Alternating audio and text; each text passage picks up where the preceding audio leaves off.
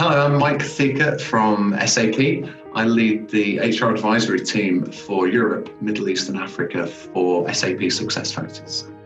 My name is Yinka Opanai. I am the Group HR Director for GameAnalytics. My name is Emily Hawkins-Longley. I'm the Group People Director for M&C Saatchi. Hi, I'm Carl Simons. I'm the Chief Health, Safety and Wellbeing Officer at Thames Water. So hello, I'm Vic Whitehouse. I'm the Inclusion Lead at Virgin Media.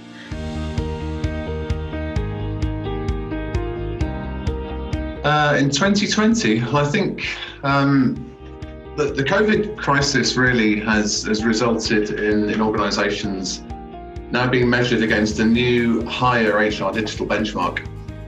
So what was good enough before no longer meets requirements. HR has changed massively over the past 12 months. We've been at the focus of everything really that's gone on within the organisation, because we've had to manage all of these new things, the furlough, restructuring, so that the company's in as good a place as it can be for whatever new challenges may be thrown our way over the next year. But this focus on well-being, not just mental health well-being, but financial well-being, social well-being for the workforce, it has been something that has always been there, but has really been the focus of everything that we've had to do. What we've seen is more organisations starting to take mental health a lot more seriously. Since the introduction of the Prime Minister's review a couple of years ago, which was called the Thriving at Work, led by Lord Stevenson and Paul Farmer, and what we've seen is that report really starting to affect organisations taking mental health seriously within their workplace. HR has had to look and consider the general mental health and well-being of employees. We've had to think about loneliness, isolation. We've had to think about how people are dealing with these things at home. We've had to, rather than use a blanket way by which to deal with people if they're going through some kind of mental stress or trauma, these have become a bit more individualized, or certainly the best HR departments have done that. So 2020 has been a really strange year for absolutely everybody, I think it's fair to say, with the way that the pandemic has affected the way in which we work. So we very quickly had to adapt to new ways of working, and that has sometimes impacted on individuals' mental health. That has impacted people from diverse backgrounds in them not being able to specifically feel comfortable with stating that they have an issue with the amount of web-based calls that they're having. So we need to really think about going into 2021 how we can adapt the way in which we work so that we've got more time out for people.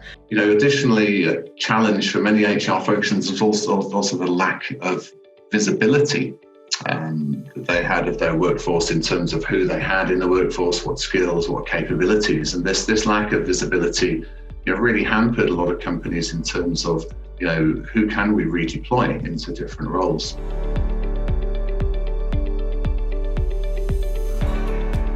I think flexible working is going to be a big trend. When I say flexible, I mean in terms of both time and location through remote working. So this was already a trend that we were slowly seeing increasing before 2020. The COVID crisis has really driven a massive acceleration in this trend towards remote working. Obviously driven by the crisis, and with large proportions of the workforce being forced almost overnight to work remotely. As we move into 2021, we'll see some reversal of the trend as people start to return to the office, but we won't revert back to pre-COVID work patterns. We're much more likely to see a hybrid model. So I think the big trend next year will be undoubtedly mental health and well-being.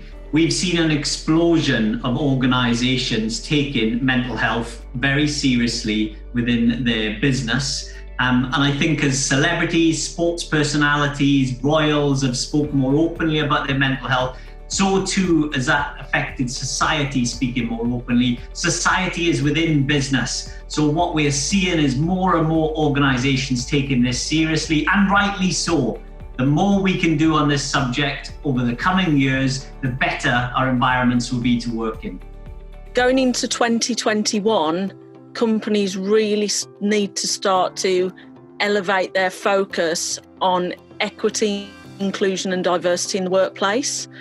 We need to get comfortable with being uncomfortable with conversations about diversity.